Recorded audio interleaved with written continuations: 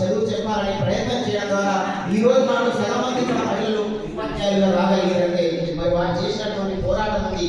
ఆ మూలాలను తెలుసుకొని మరి మనం కూడా మన పాఠశాలలో వచ్చేటువంటి విద్యార్థులకు నాణ్యమైన విద్య అందిస్తేనే మన మనుగడ సాధ్యమవుతుంది.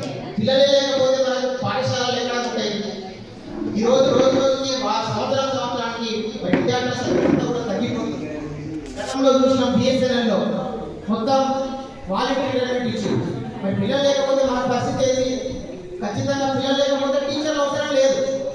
కాబట్టి మరి మనకు కూడా అట్లాంటి పరిస్థితి రాకూడదంటే మనందరం కూడా నిబద్ధతతోటి అంకిత భావంతో ఏదో వద్దుగా రాకుండా గవర్నమెంట్ ఈ కార్యక్రమాలన్నీ పెడుతుంది.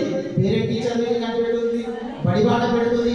ఏదో మనం అక్కడ పోయి ఫోటో తీయడం కాకుండా మన హృదయంతో నేను వచ్చినటువంటి మూలాలు మర్చిపోకుండా మరి నేను పొందినటువంటి వనరులను, నేను పొందినటువంటి అవకాశాలను మన నెక్స్ట్ జనరేషన్ కూడా అందించాలనే ఉద్దేశంతో మనం పనిచేసినప్పుడే ఈ ప్రభుత్వ పాఠశాలలు బలపడతాయి.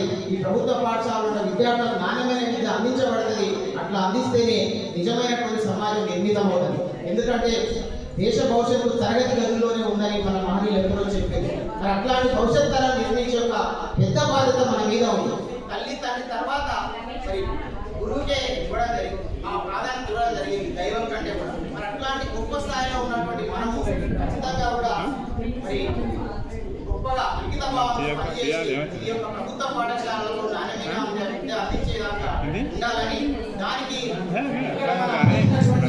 ఈ యొక్క అందించినటువంటి ట్రైనింగ్ ఎంతో ఉపయోగపడుతుందని మనం తెలియజేసుకుంటూ చాలా సమగ్రంగా చర్చించినాం. మీరు అనుకోవచ్చు ఈ ట్రైనింగ్ ఏం ఉపయోగపడిందని.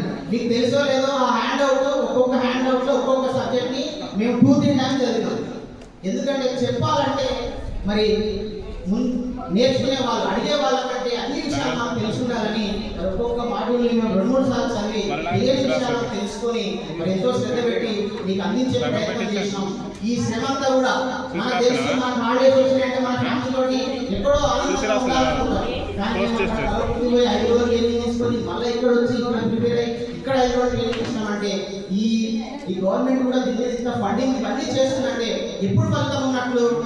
ఈ కృషి అంతా కూడా మన పాఠశాలలో పేద విద్యార్థులకు క్వాలిటీ ఎడ్యుకేషన్ అందించినప్పుడు, అక్కడ ఎన్రోల్మెంట్ పెరిగినప్పుడే ఇదంతా కూడా ఫలితం మనకు వస్తుంది. కాబట్టి ఆ విషయానికి అందరూ అవగాహన చేసుకుని అంకిత భావంతో పనిచేస్తారని ఈ కార్యక్రమం కావడానికి ఎంఈఓ సార్ గారు చాలా మంది గొప్ప ఎక్కువగా మాట్లాడారు. వాళ్ళ యొక్క పని విధానమే మనకు తెలుస్తుంది. అట్లా సార్ని చూసి మరి మనం ఈ కార్యక్రమాన్ని విజయవంతం చేయడానికి మనందరం కూడా ఉన్నటువంటి ఆర్కులందరూ కూడా ఒక్కొక్క విషయంలో ఒక్కొక్క రంగంలో వాళ్ళందరూ కూడా నిష్ణాతులుగా ఉన్నారు. కాబట్టి ఇది ఇక్కడితో ఆడకుండా మనందరి లోపల ఒక రకమైనటువంటి భావన ఉంది. కాంప్లెక్స్ మీటింగ్ ఎందుకు, టైం పాస్ అట్లా కాకుండా ఇక్కడ ముందు కాంప్లెక్స్ మీటింగ్, ఇక్కడ ఏవైతే మనం నేర్చుకున్నామో ఈ విషయాలన్నీ మన స్కూల్లోకి వెళ్ళి అక్కడ పాఠశాల తరగతి గదిలో చేసినటువంటి అంశాలను మళ్ళీ కాంప్లెక్స్ రూపంలో మళ్ళీ మనం అక్కడ చర్చించుకున్నామని మీ అందరినీ రిక్వెస్ట్ చేసుకుంటూ భవిష్యత్తులో ఇంగ్లీష్ అనేది కూడా నిజంగా చెప్పాలి, ఇంగ్లీష్ ఏది సాధ్యం.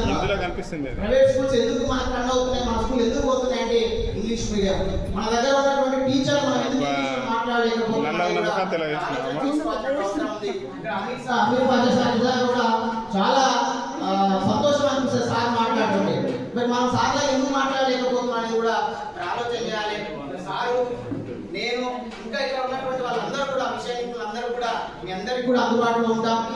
కాంప్లెక్స్లలో ఈ ఏదైతే ఇంగ్లీష్ స్కిల్స్ కానీ ఇంకా వివిధ అంశాలను కూడా చర్చించి మన ఉన్నతలలో ఇంతకుముందు సార్ చెప్పినట్టుగా అందరూ చాలా యాక్టివ్ ఉన్నారు. నిజంగా కూడా మనం అనుకుంటే ఈ రాష్ట్రానికి ఒక మోడల్ ఉపయోగాలు తయారు చేయొచ్చని ఆ క్రమంలో మీరు అందరూ కూడా భాగస్వాములు అవుతారని తెలియజేసుకుంటూ ఈ అవకాశం ఇచ్చినటువంటి ధన్యవాదాలు. అవును, మరి స్టేట్కి మోడల్